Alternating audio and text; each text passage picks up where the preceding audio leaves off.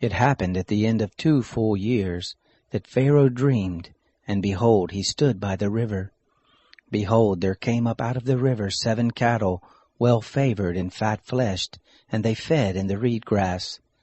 Behold, 7 other cattle came up after them out of the river, ill-favored and lean-fleshed, and stood by the other cattle on the brink of the river. The ill-favored and lean-fleshed cattle ate up the 7 well-favored and fat cattle. So Pharaoh awoke. He slept and dreamed a second time, and behold, 7 heads of grain came up on one stalk, healthy and good. Behold, 7 heads of grain, thin and blasted with the east wind, sprung up after them. The thin heads of grain swallowed up the 7 healthy and full ears. Pharaoh awoke, and behold, it was a dream. It happened in the morning that his spirit was troubled, and he sent and called for all the magicians of Egypt and all the wise men of it. Pharaoh told them his dream, but there was no one who could interpret them to Pharaoh. Then the chief cupbearer spoke to Pharaoh, saying, I remember my faults today. Pharaoh was angry with his servants and put me in custody in the house of the captain of the guard, me and the chief baker. We dreamed a dream in one night, I and he. We dreamed each man according to the interpretation of his dream. There was with us there a young man, a Hebrew, servant to the captain of the guard, and we told him, and he interpreted to us our dreams. To each man according to his dream he interpreted. It happened, as he interpreted to us, so it was. He restored me to my office, and he hanged him. Then Pharaoh sent and called Joseph, and they brought him hastily out of the dungeon. He shaved himself, changed his clothing, and came in to Pharaoh. Pharaoh said to Joseph, I have dreamed a dream, and there is no one who can interpret it. I have heard it said of you, that when you hear a dream you can interpret it. Joseph answered Pharaoh, saying, It isn't in me. God will give Pharaoh an answer of peace. Pharaoh spoke to Joseph, In my dream, behold, I stood on the brink of the river, and behold, there came up out of the river 7 cattle, fat-fleshed and well-favored. They fed in the reed grass. And behold, 7 other cattle came up after them, poor and very ill-favored and lean-fleshed, such as I never saw in all the land of Egypt for ugliness. The lean and ill-favored cattle ate up the first 7 fat cattle. And when they had eaten them up, it couldn't be known that they had eaten them, but they were still ill-favored as at the beginning. So I awoke. I saw in my dream, and behold, 7 heads of grain came up on one stalk, full and good. And behold, 7 heads of grain, withered, thin and blasted with the east wind, sprung up after them. The thin heads of grain swallowed up the 7 good heads of grain. I told it to the magicians, but there was no one who could explain it to me. Joseph said to Pharaoh, The dream of Pharaoh is one. What God is about to do he has declared to Pharaoh.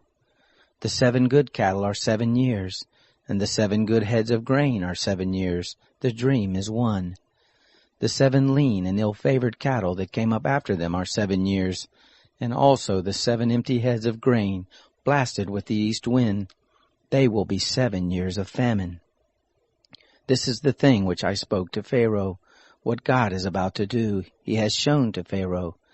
Behold, there come 7 years of great plenty throughout all the land of Egypt. There will arise after them 7 years of famine, and all the plenty will be forgotten in the land of Egypt. The famine will consume the land, and the plenty will not be known in the land by reason of that famine which follows, for it will be very grievous. The dream was doubled to Pharaoh, because the thing is established by God, and God will shortly bring it to pass. Now therefore let Pharaoh look for a discreet and wise man, and set him over the land of Egypt. Let Pharaoh do this, and let him appoint overseers over the land, and take up the 5th part of the land of Egypt's produce in the 7 plenteous years. Let them gather all the food of these good years that come, and lay up grain under the hand of Pharaoh for food in the cities, and let them keep it. The food will be for a store to the land against the 7 years of famine, which will be in the land of Egypt, that the land not perish through the famine. The thing was good in the eyes of Pharaoh and in the eyes of all his servants. Pharaoh said to his servants, Can we find such a one as this, a man in whom is the Spirit of God? Pharaoh said to Joseph, "Because God has shown you all of this, there is none so discreet and wise as you. You shall be over my house, and according to your word will all my people be ruled. Only in the throne I will be greater than you." Pharaoh said to Joseph, "Behold, I have set you over all the land of Egypt." Pharaoh took off his signet ring from his hand and put it on Joseph's hand, and arrayed him in robes of fine linen, and put a gold chain about his neck.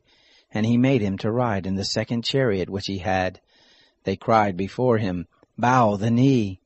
He set him over all the land of Egypt. Pharaoh said to Joseph, "I am Pharaoh, and without you shall no man lift up his hand or his foot in all the land of Egypt." Pharaoh called Joseph's name Zaphenath-paneah, and he gave him Asenath, the daughter of Potipherah, priest of On, as a wife. Joseph went out over all the land of Egypt. Joseph was 30 years old when he stood before Pharaoh, king of Egypt. Joseph went out from the presence of Pharaoh, and went throughout all the land of Egypt. And the 7 plenteous years the earth brought forth abundantly. He gathered up all the food of the 7 years which were in the land of Egypt, and laid up the food in the cities. The food of the field which was round about every city he laid up in the same. Joseph laid up grain as the sand of the sea, very much until he stopped counting, for it was without number. To Joseph were born 2 sons before the year of famine came, whom Asenath, the daughter of Potipherah, priest of On, bore to him.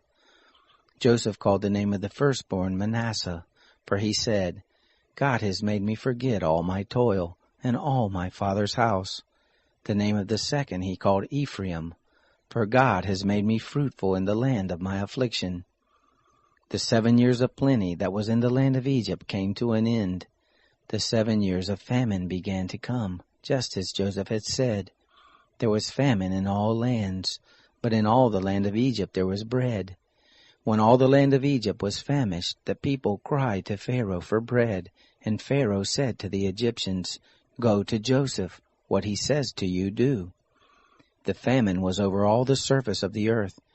Joseph opened all the storehouses and sold to the Egyptians. The famine was severe in the land of Egypt. All countries came into Egypt to Joseph to buy grain, because the famine was severe in all the earth.